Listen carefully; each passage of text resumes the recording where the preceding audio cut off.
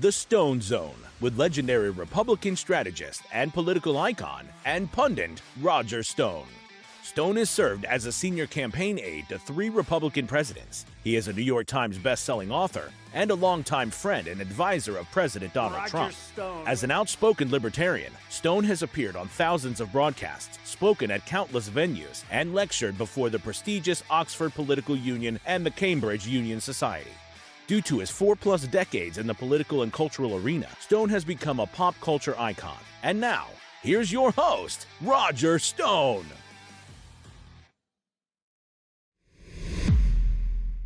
Welcome, I'm Roger Stone, and yes, you are back in the Stone Zone. Well, what a difference a day can make. Late yesterday, Congressman Matt Gaetz, who had resigned his seat in Congress, announced that he was withdrawing his nomination to be Attorney General of the United States. Now, the appointment of Gaetz struck fear into the hearts of the deep state, particularly those who engaged in the Russian collusion hoax, the 2 phony Ukrainian impeachments, the irregularities and anomalies that surrounded the 2020 election. Say what you like about Matt Gaetz, and we've had our differences, but he is a warrior. He's very tough. He's very smart. And he is entirely loyal to the president. In this case, I think he has made a selfless decision where he decided that his confirmation process would be an unnecessary distraction. And the fake news media and their epically criminal allies in the current Department of Justice and in the deep state would go all out to destroy his nomination. So he stepped aside. Here to help me walk you through what's next, my co-host, the editor-in-chief of the incredibly successful Slingshot.news, Troy Smith, joins me in the Stone Zone. Well, Roger, it's always an honor to be with you in the Stone Zone. And we had news yesterday that Matt Gaetz resigned. And I was very interested to hear your take on it, because there's a lot of people speculating that Gaetz may have been pressured to step down, why he made this decision. And you're saying here on the Stone Zone that it was a selfless decision. And I think that's important to make as a distinction. I want to ask you, Roger, real quickly, one, where do you see Matt Gaetz's political future? Because this is a guy that was a star in Congress. He's amassed a massive social media following. In fact, I was surprised to learn he has one of the largest social media followings of any government or former government representative. He is really one of the more accomplished lawyers that served in the House. So where do you think he's going to end up? And I also want to ask you about Trump's decision to replace Gaetz with Pam Bondi, the current Attorney General of Florida. You see Bondi there as well. She has been selected as Trump's replacement, really, for Gaetz. I want to get your take on this and just let you go from there. What do you think here? Well, first of all, I don't think anybody pressured Matt Gaetz. I think he made this decision on his own. Look, he knows how to count votes. He's a very good politician. He's a very good political tactician. After all, he single-handedly, essentially, removed Kevin McCarthy, the Rhino Speaker of the House. And I think he just made the informed calculation that at the end of the day, no matter what he did, he could not get the votes. He also recognized that he was going to be subjected to an absolute tsunami of vituperation and lies and smears. Somebody called me and said, oh my God, there's a story up that said that Matt Gaetz was involved in 10 drug-fueled orgies, to which I said, well, maybe he's trying to break my old record.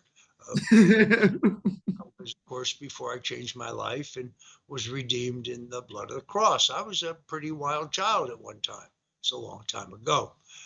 So in this case, his political career is not even beginning to be finished. He still has the option of running for governor, something I think he was planning to do prior to his decision to seek the position of Attorney General. He comes from a very, very wealthy family. He could, of course, run in the special election for the seat that he just resigned and easily take his seat back if he chooses to do that. I don't know why he would. There seems to be some confusion, and this may be a good time to address it, about what happens to Senator Marco Rubio's Senate seat at the time that his nomination goes up to the Senate to be confirmed. Now, I think because he's a member of the Senate, it's highly likely that the Senate will reject his nomination. By the way, by tradition, the only reason a senator would vote against any nominee of a new president was because if there was some evidence of malfeasance or criminal activity or some other serious crime. Theoretically, you're not supposed to vote against a nominee because you disagree with their political philosophy. It doesn't even make sense. Of course, a Republican president is going to nominate men and women who agree with his philosophy, just as Democrats nominate candidates for cabinet positions and judgeships who agree with their philosophy. The difference, of course, is that all these Republicans voted for Merrick Garland. I don't know how you justify that, but they did because that's the way the system is supposed to work. A new president is supposed to get his team.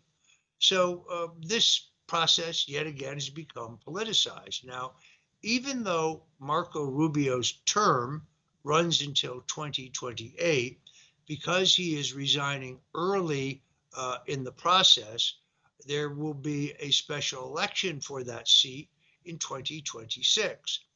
That is, of course, the same time that Ron DeSantis' term as governor ends, and he's prohibited by state constitution for running for another term. He's limited to 2 terms, and he's in his 2nd term. Now, there's been a lot of chatter on the internet and a lot of, I think, absolutely correct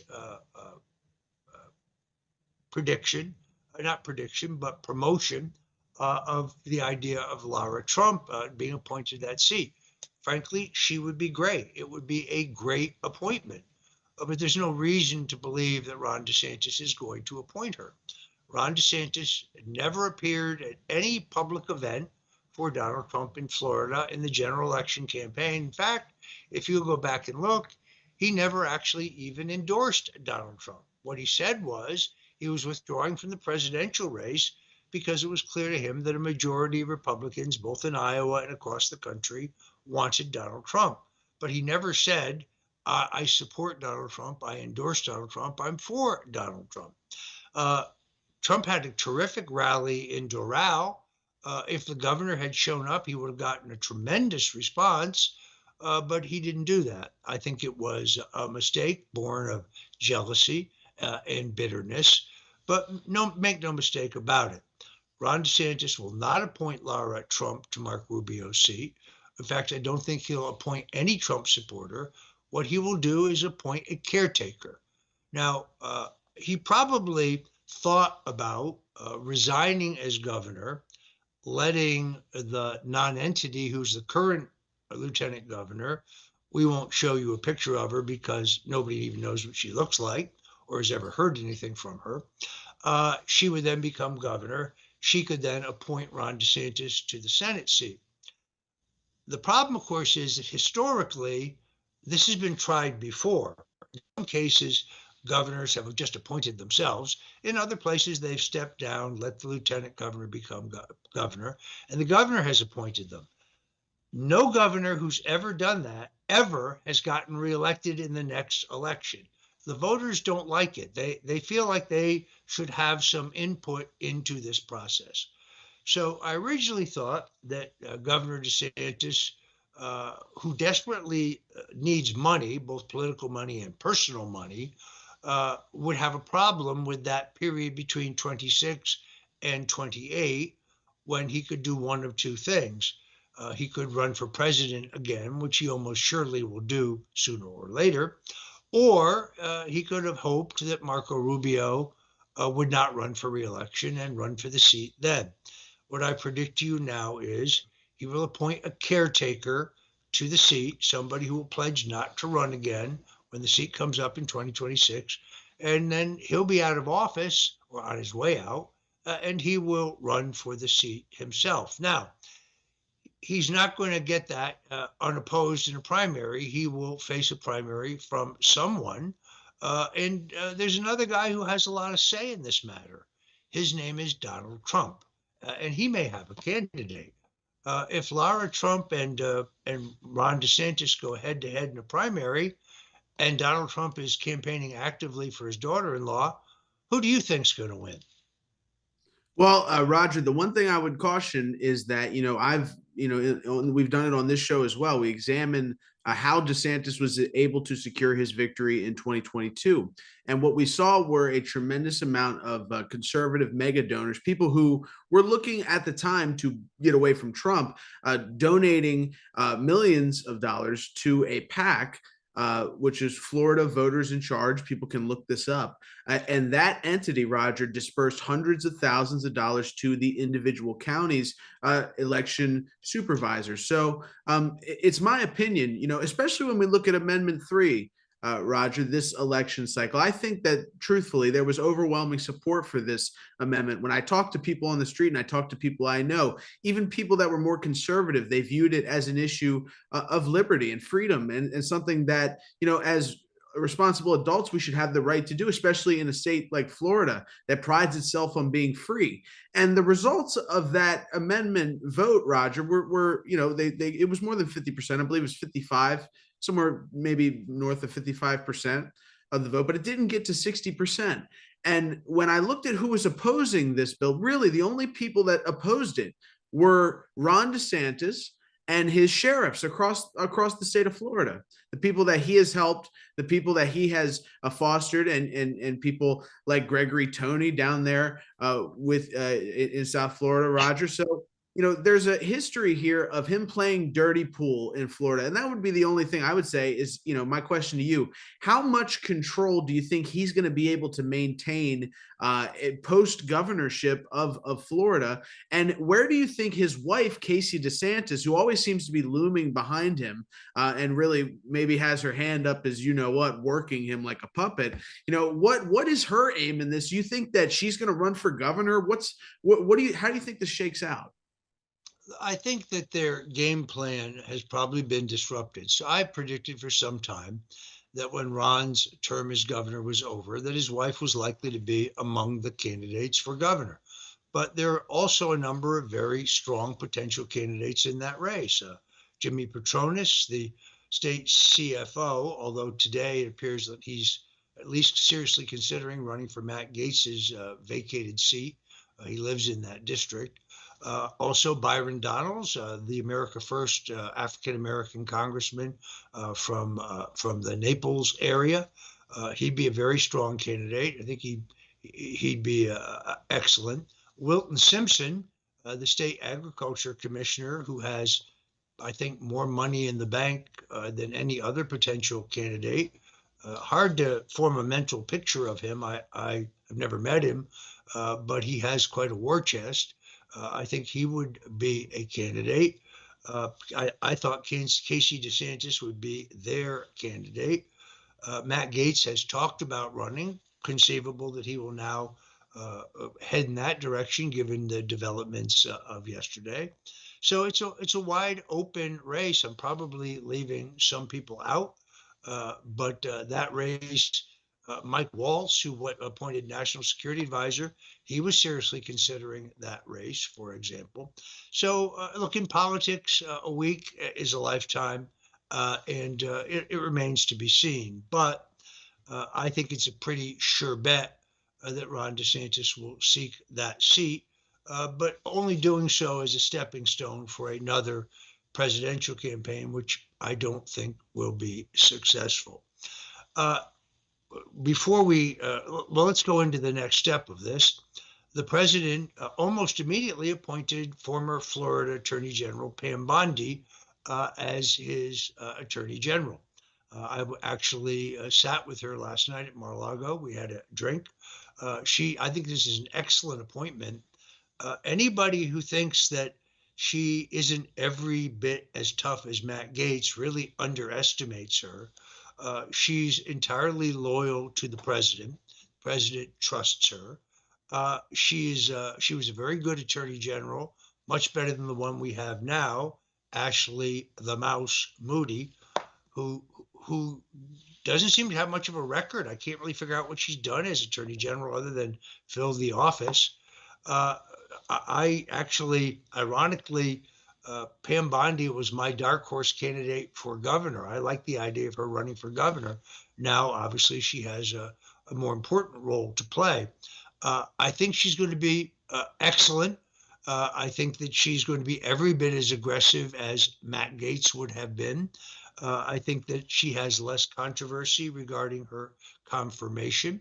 I think it's an excellent appointment. Now, for those who say, well, she's not tough enough, she took on the Biden family's connection to Burisma. I want to show this video to give you some idea of how tough and effective Pam Bondi really is. Ambassador Yovanovitch was confirmed July 2016 as the Obama administration was coming to a close. In September 2016, a Ukrainian court cancels the oligarch Zlochevsky's arrest warrant for lack of progress in the case. In mid-January 2017, Burisma announces that all legal proceedings against it and Zlochevsky have been closed. Both of these things happened while Hunter Biden sat on the board of Burisma. Around this time, Vice President Biden leaves office. Years later now, former Vice President Biden publicly details what we know happened, his threat to withhold more than $1 billion in loan guarantees unless Shokin was fired. Here's the Vice President. I said, no, I'm not going to, or we're not going to give you the $1 billion. They said, you have no authority. You're not the president. The president said, I said, call him. I said, I'm telling you, you're not getting $1 billion. I said, you're not getting $1 billion. I'm going to be leaving here. And I think it was, 6 hours? I said, I'm leaving in 6 hours. If the prosecutor's not fired, you're not getting the money. Well, son of a bitch. Got fired. And they put in place someone who was solid at the time. What he didn't say on that video, according to the New York Times, this was the prosecutor investigating Burisma, Shokin. What he also didn't say on the video was that his son was being paid significant amounts by the oligarch, owner of Burisma, to sit on that board. Only then does Hunter Biden leave the board. He stays on the board until April 2019. There you give an example of Pam Bondi. She's a pit bull. So James Comey and John Brennan and Susan Rice and others who engaged in treasonous activity, I don't think they should be sleeping any easier tonight than they are. She's going to be an excellent attorney general. And what about Mark Cuban, who said that Donald Trump didn't have any strong women around him? Speaking of strong women, Nikki Haley has now attacked the nomination of Tulsi Gabbard as the National Director of Intelligence. This is outrageous. It marks the end of Nikki Haley's career in American Republican politics. If there's any standout nominee so far by the president, it is Tulsi Gabbard. This kind of proves what I guess we knew all along, which is Nikki Haley is beholden to the globalist puppeteers, and they're apoplectic about the oversight that Tulsi Gabbard, who was a member of the House Armed Services Committee and the House Foreign Affairs Committee, as you know, a lieutenant colonel in the U.S. Army Reserve, who served her country with distinction and honor in both Kuwait and Iraq. This is among the president's greatest appointments. I don't think she has the votes today for confirmation, but I do think she will get the votes for confirmation. But Nikki Haley's attack on her is outrageous. Nikki Haley will never hold public office again, and she'll never be appointed again. My friends in South Carolina tell me that, like Ron DeSantis, she intends to run for president again. that'll do about as well as she did last time. So I think this is outrageous, absolutely outrageous. Well, and Roger, I think the point that we have to make clear. I've seen a lot of attacks on Tulsi Gabbard as well, and they've come from everybody ranging from MSNBC, as like you said, Nikki Haley, the more establishment, John Bolton, Republican types. And one of the things that, if you listen to Tulsi Gabbard, you will hear it's almost like a tick. She talks about the regime change wars, and I remember listening to her speeches, and you hear this term over and over and over again. And when you listen to that, you understand why she's a threat to these people, because people like John Bolton, people in the military industrial complex, they've been making billions, trillions of dollars off of the wars that are killing people all over this world right now. And we saw this under Trump. No new wars under Trump, but as soon as he leaves office, we have wars kick off in Ukraine, in Israel. And all of a sudden, people are dying, and there's people making money off that. We have to be honest about that. And the people making money off of it just happen to oppose Tulsi Gabbard, the woman who's saying that we need to end these kind of wars. They're very upset at the idea that she's going to be the one that is really reforming these intelligence agencies that have gotten so out of control, Roger. I think it's a crucial part of their control is having these intelligence agencies and making sure that basically nobody can get in. But we've seen attacks on Gabbard over and over and over again.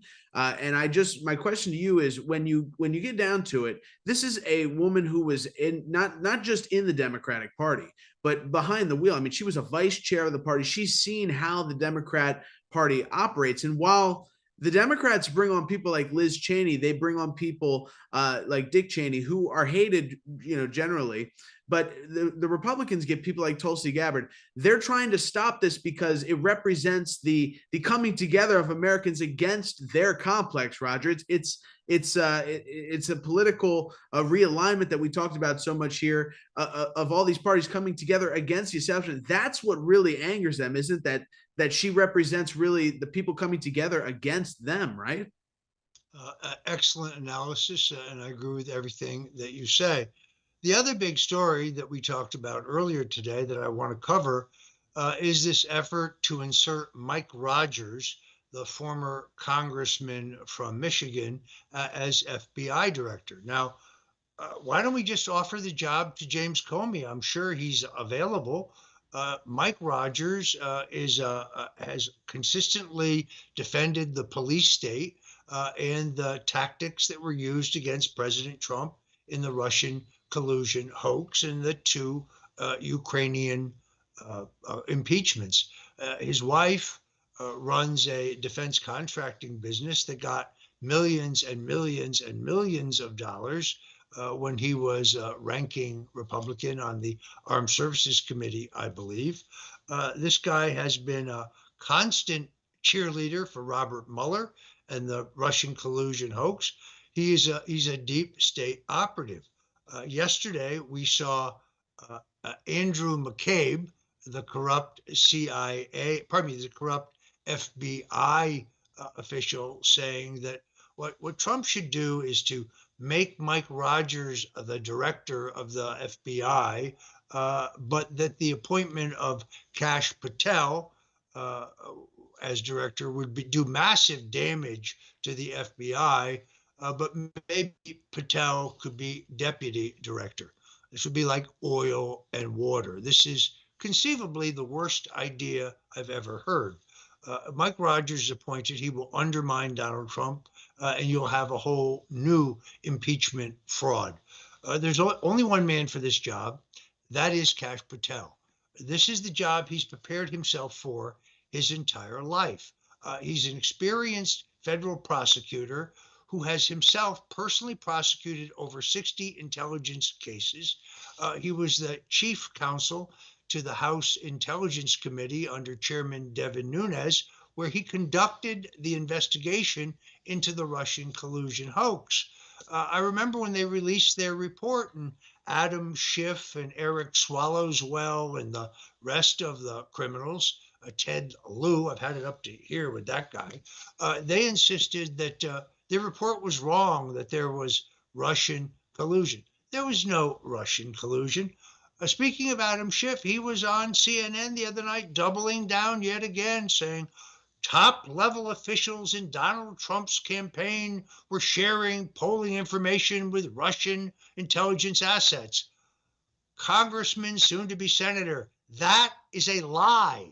It's a lie. First of all, as Manafort, who's the campaign official that he refers to, says correctly in his book, the Trump campaign had no proprietary polling at that time. They hadn't gone into the field with any polls. So to the extent that Manafort gave this asset, Konstantin Kilimnik, any information, it was public information that you could find anywhere on the internet.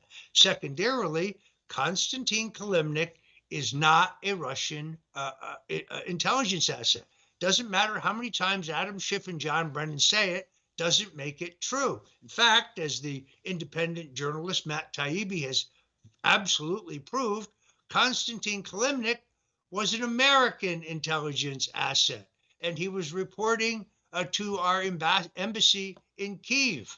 In fact, the information he passed on was so sensitive that in the cables back to the United States, in which they were reporting on what information they were getting from Kilimnik, Kilimnik's name is redacted for security purposes. So it doesn't matter how many times Adam Schiff recycles this lie. He said repeatedly he had seen more than circumstantial evidence of Russian collusion.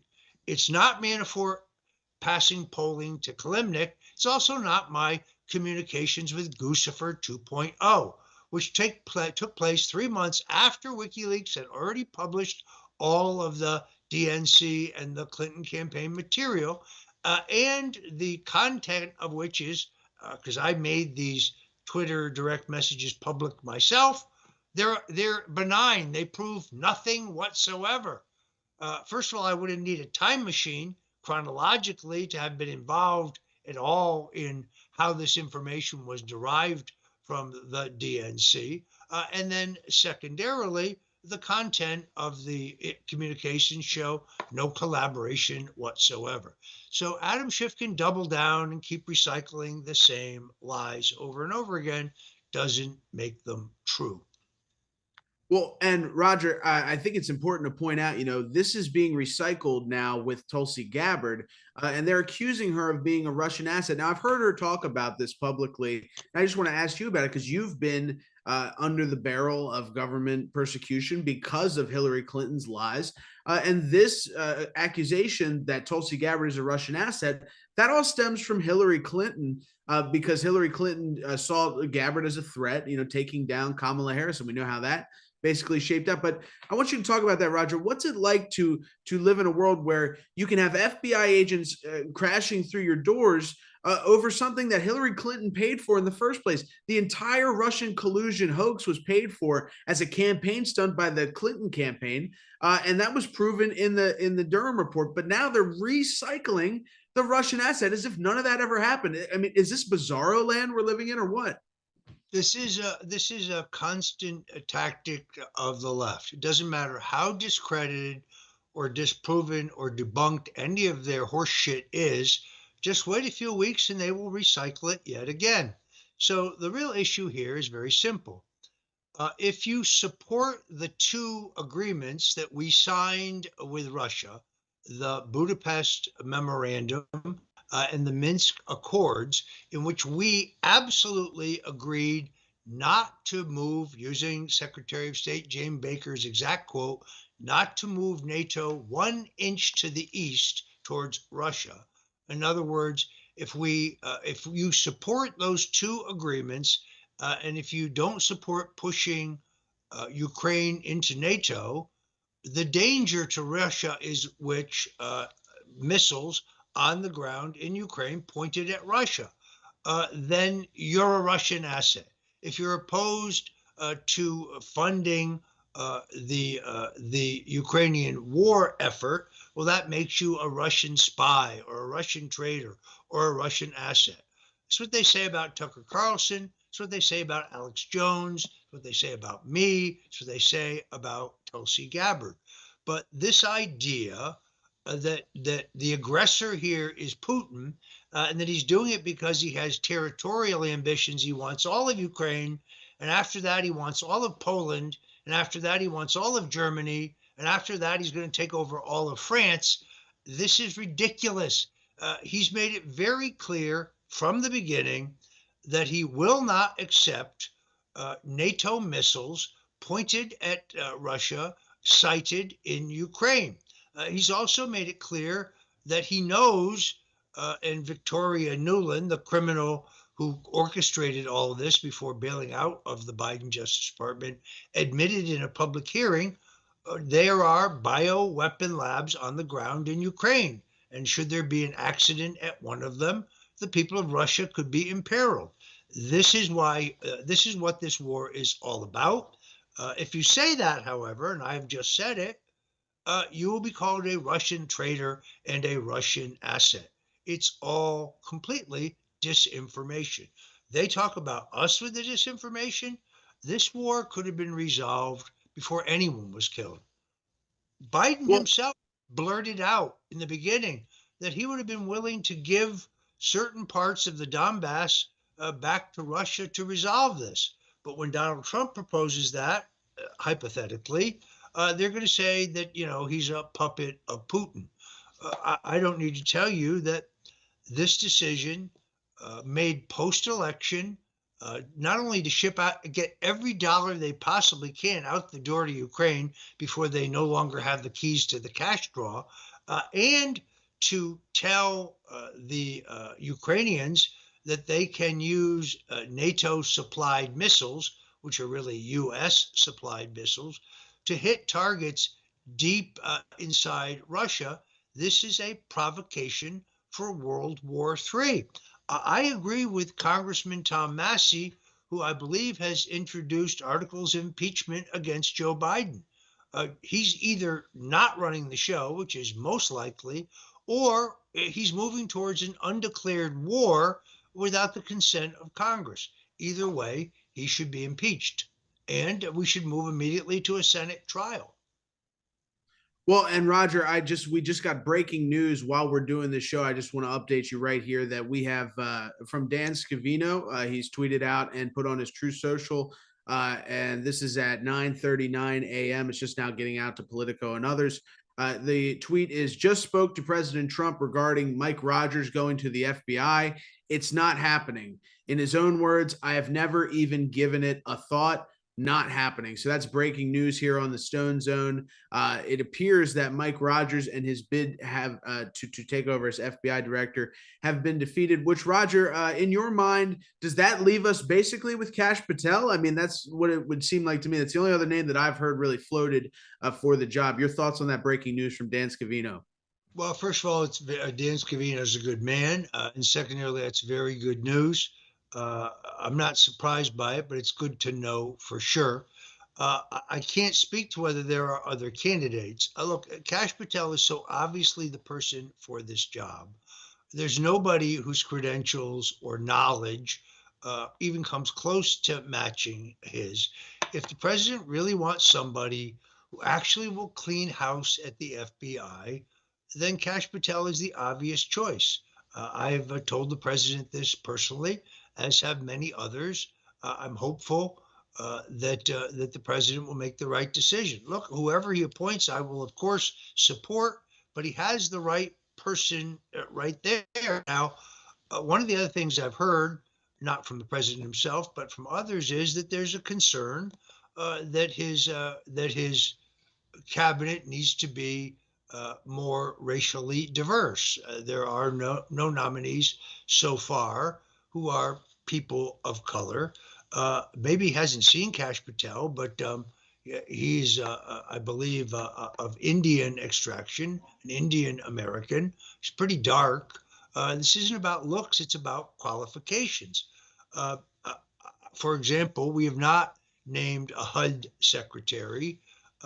There's talk about Ben Carson for that job. That makes very little sense to me. First of all, he had that job previously. Secondarily, he's a very noted and respected doctor. Why you would not put him as Surgeon General, for example, that makes a great deal more sense to me.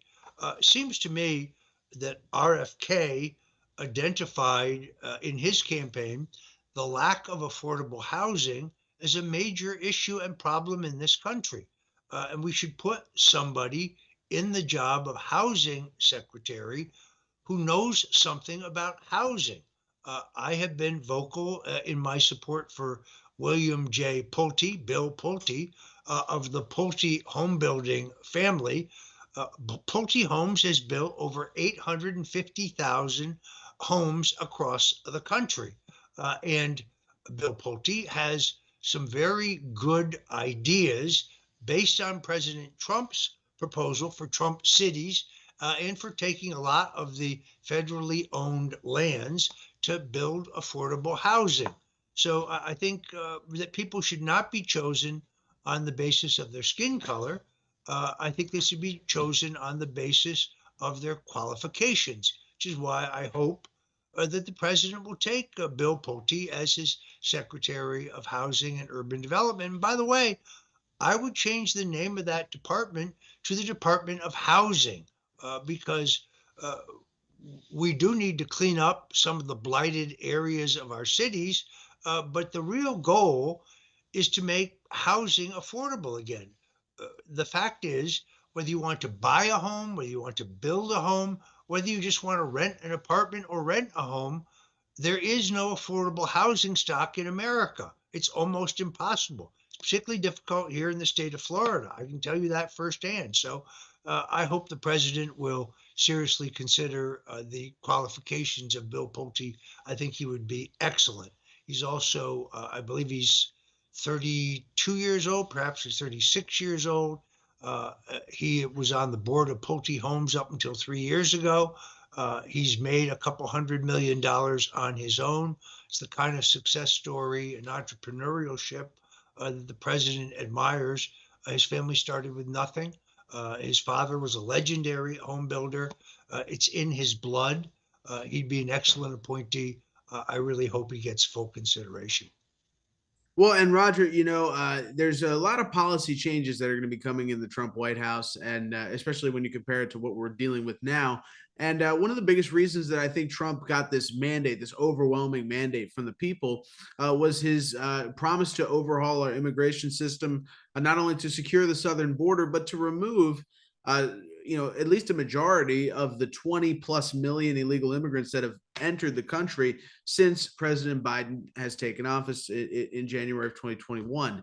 It's been a radical change for people in New York City to see things that were once for the public now overrun with illegal immigrants. It's been a change for people in cities all across America to not see Americans on the streets, but people that don't speak their language and people who aren't adapting to their culture. And we've also seen the result of this, change with, acts of violence that have been done by people who have come into the country illegally. And one of the big ones that got national attention was the death and the murder, really, of Laken Riley, the college girl from Georgia. It became a huge story in the State of the Union speech for Biden when Marjorie Taylor Greene urged him to say her name, and he called her Lincoln Riley, which was just bizarre. But her killer was charged just a few days ago, finally charged with murder in the first degree for what he did, viciously murdering this girl. And ABC News covered this, and I just want to play this clip for you because this shows the pivot. The mainstream media has been asleep for 4 years. They haven't covered any of the scandals of the Biden administration. They've done nothing to cover the economic implosion that we've undergone. And now they're starting to turn the corner, and everything is becoming about Trump. So in their coverage, this is disgusting, from ABC News, just minutes after this vicious animal was charged with killing Laken Riley, they go on an anti-Trump rant, basically blaming him, President Trump, for what happened to Laken Riley. Just horrible. Want to play this and get your reaction to the media's pivot here to make everything anti-Trump. It's just it's right in your face and it's horrible. Let's roll that. This death of Laken Riley and the subsequent trial has essentially been a massive political lightning rod here in this country. And you said it there yourself, the president-elect campaigning on the death of Laken Riley and pointing to the current administration, saying that their laws and what they're calling failed policies contributed to Laken Riley's death. I want to remind you that Ibarra entered this country illegally in 2022, according to law enforcement officials, and he was paroled and released for further processing by ICE. And since that time he entered the country, he was arrested another time. Law enforcement officers saying that he was arrested in 2023 in New York City and charged with acting in a manner to injure a child less than 17, as well as a motor vehicle violation. But it's important to note that although there is very little evidence indicating a connection between immigration and violent crime, this is still something the President-elect Trump, several Republicans on the Hill wanted to essentially plant their flag on and point that to the current Biden administration. And we saw that even as early as President Biden's latest State of the Union address, where Georgia Representative Marjorie Taylor Greene infamously interrupted President Biden, forcing him to acknowledge the death of Laken Riley, something that President Biden did by holding up a pin in her during that State of the Union. But it is important to note that all of this vitriol that we're hearing from Republicans and President-elect Trump regarding the policies of the Biden administration, it's important to note that President-elect Trump did force Republicans to essentially tank a bipartisan border security bill that both sides of the aisle said would have essentially addressed border security and immigration issues, Kira. Is this guy on drugs? I mean, first of all, let's take it one by one. Yes, he was released in New York State by a liberal Democrat judge, put back out on the street. Secondarily, your bipartisan bill would not have sealed the border. In fact, it would have guaranteed the legal entry into the country of up to 2 million illegal immigrants a year. And $45 million of the money in this border security bill would have gone to Ukraine, which has nothing to do with the issue. Most of the money in the so-called Lankford bill, which did not have bipartisan support other than little Senator Lankford, guaranteed more funding for the processing of illegals. If you see it on CNN, folks, you know it's not true. Literally nothing they report is either true or accurate. But to blame the death of Laken Riley, sound like Joe Biden now, Laken Riley on Donald Trump is absurd. Who is it who canceled all of the executive orders that Donald Trump had given, including the stay in Mexico policy that allowed this guy into the country? That was Joe Biden. Nobody watching at CNN. That's the good news. But they keep recycling this lie over and over again. Once again, the Lankford bill would not have sealed the border and would not have improved it. The other thing that it's almost laughable is, Troy, there's no connection whatsoever between the massive increase in illegal immigrants in this country and rising crime. That's ridiculous. Well, and exactly, they don't know who these people are. They're letting these people in. And, you know, President Trump has rightfully been critical, Roger. I've seen a lot of people. And look, we respect our conservative friends in Latin America. We respect our friends in Central America, and especially people like President Bukele in El Salvador. But I will say, you know, these people, while they are doing good for their country, they're using the United States in a very negative way. And it's something that Trump has addressed. I've seen him talk about it publicly, where he says that these people are sending their worst inmates, their worst criminals to the United States actively because they're taking them off their hands, and we're taking them in. Not only are we taking them in, but we're setting them loose on our people. And that's what we see, Roger. That's the carnage that has been the Biden administration. Not only that, Roger, but the 300,000 children that Tom Homan has come out and said that are missing. You know, we don't know where these kids are. There's been children abducted. There have been people murdered, and all the while, you know, remember when Trump was president, Roger, and the biggest concern that these people had were that a mother and their son might be separated in some kind of border facility for 15 minutes,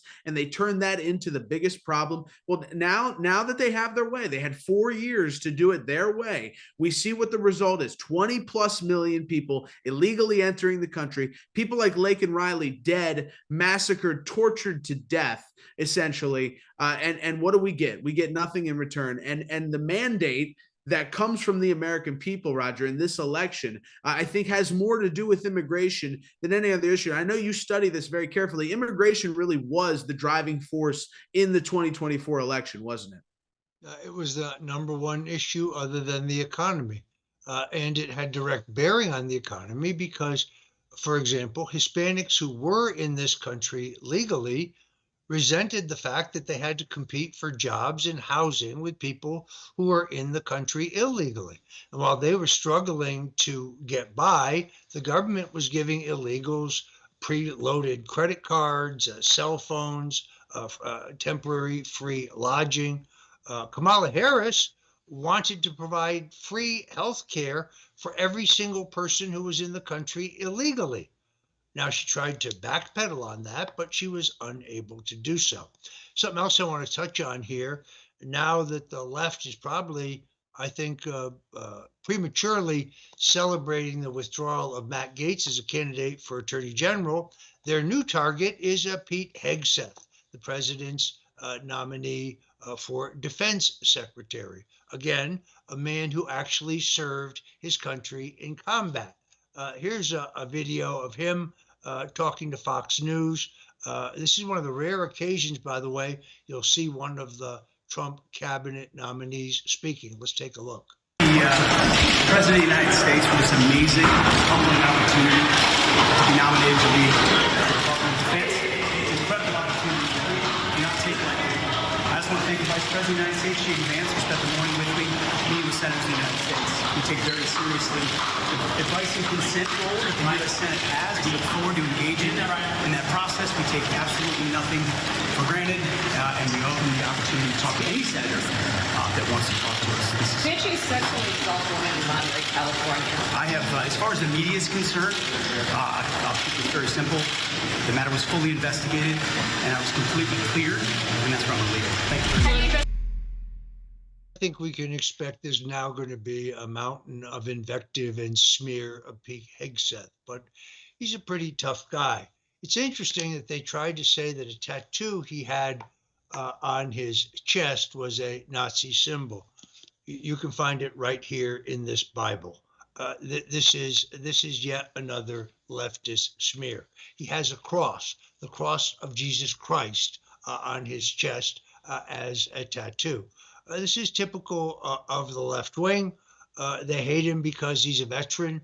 They hate him because he fought for his country. They hate him because he wants to end the DEI policies and the vaccination mandate policies that have virtually destroyed our military capability. That's why they're opposed. Right, Troy, we got about, I think, 10 minutes here. What else have you got for us? Well, I just want to say, Roger, real quickly, the left ran a campaign in 2024 on claiming that Donald Trump hated veterans, and they recycled. I was tasked with basically, because of my job being in the media and being an editor, I had to watch this stuff, and every day they would recycle the lies of John Kelly, where he would say, that Trump called veterans suckers and losers, and that he laughed basically at the graves of military men and women. It was just grotesque lies that had no basis in reality. We debunked them here on the Stone Zone time and time again. But it is interesting to see, you look at J.D. Vance, a military veteran. You look at Pete Hegseth, a combat veteran. You look at Tulsi Gabbard, a veteran. And then you look at who the left appointed to these positions when they had power. And you look at people like Anthony Blinken, you look at these people that basically just had no prerequisite, people that didn't actually serve in the military, that went into these high-ranking jobs where it was, for the rich, basically. And Donald Trump has surrounded himself with hard-working, fighting people who served in the military. And I think it speaks volumes to who he really is. Meanwhile, you look at the Biden administration, and I can guarantee you, Roger, that Kamala Harris never served in the military. It really speaks to how the left actually feels about veterans when you look at who they've appointed to these positions and you don't see many veterans around. We have another clip, Roger, this one from Alina Habba, who is, she backed out of the press secretary race. She put out a statement that said she wasn't seeking to be the press secretary. And in the meantime, we've seen Caroline Leavitt named to that position, which would be extremely interesting. But Habba here is talking about President Trump and the people that he's selecting in this administration. I wanted to roll this clip because I thought the statement was particularly good, and then get your thoughts on her statement and the overall process that Trump is going forward with, especially with John Thune in the Senate. It makes things a lot more, I would say, difficult. So let's roll that and then get your thoughts. I think at the end of the day, when they speak to President Trump, and President Trump is not shy to voice his opinions as to why he's chosen people, all of the people that he has picked from transition, all the people that he is putting in is for a purpose, a reason, and has been calculated and decided with a lot of methodical teamwork, et cetera, and they will get behind it. We need strong America First people in the administration. We cannot have people weak at the knees. And President Trump is picking every single person for the sole purpose of cleaning up a mess very quickly, because he's only got 4 years to do it, and he will do it with this team. Yeah, I think that's exactly right. I think the president has a unique opportunity to forge a golden age of peace and prosperity and security and justice for this country. That will be his legacy. He's not going to allow these deep state quislings, Mike Rogers comes to mind, to infiltrate his administration in order to dilute or delay or derail his America First agenda. It's very clear just in the appointments he's made so far that he means business.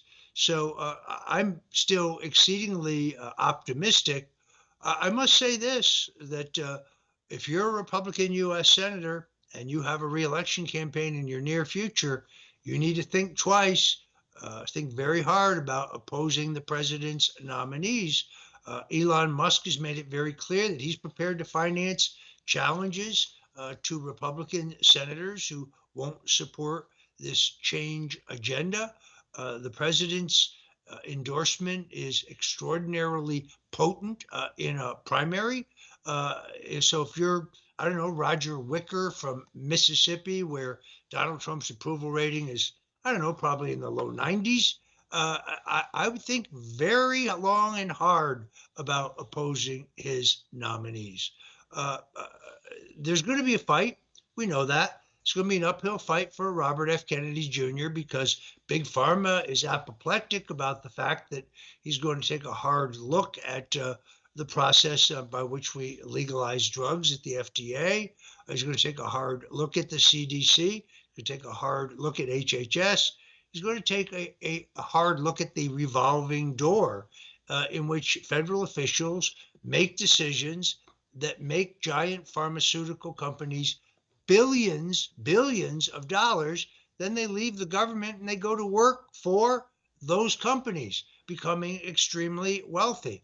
This should be against the law, just as members of Congress engaging in insider trading should be against the law.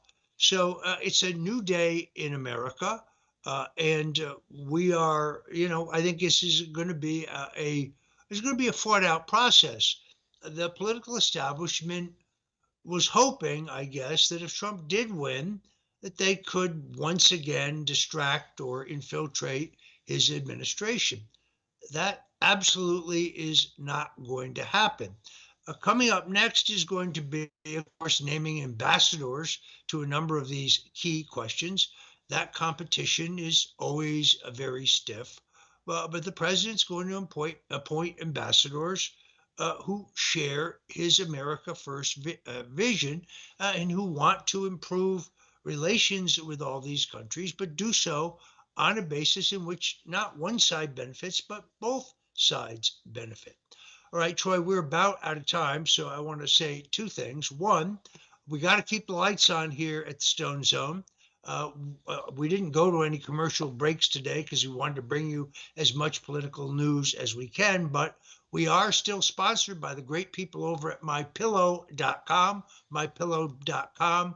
Of course, the website of our good friend Mike Lindell. If you thought this was only about bedding or pillows, well, then you haven't been to the site. So please head over there. Check out the dog beds, big favorite of mine. If you're an animal lover, you want these beds for your cats or your dogs. Check out the pet blankets, another big favorite of mine. Check out the incredibly absorbent, all cotton bath and shower towels. Now there's a concept. How about a towel that is actually absorbent? You see, the towels you buy online, other places, or in department stores are treated with an oil that makes the terry cloth more resilient but less absorbent. The most luxurious bath towels you'll find any place, right there at mypillow.com.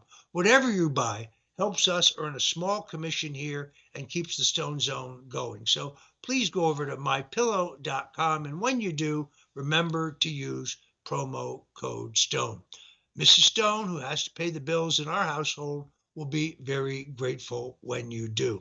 I want to also remind you that you can see the Stone Zone every day at 4 o'clock Central, 5 o'clock Eastern, over at worldviewtube.com, worldviewtube.com. But if you miss it there and you want to see it later in the evening, you can find us at rumble.com/Roger Stone. That's right, the Stone Zone with Roger Stone and Troy Smith every weekday at rumble.com/Roger Stone. You see the follow button. So download the Rumble app to your phone right now and follow us, and then set a notification so you don't miss any of our great programming. Troy and I work very hard to bring you the very best up-to-date political analysis available on the internet. We appreciate your watching us every day on the Stone Zone. Until tomorrow, then, God bless you and Godspeed.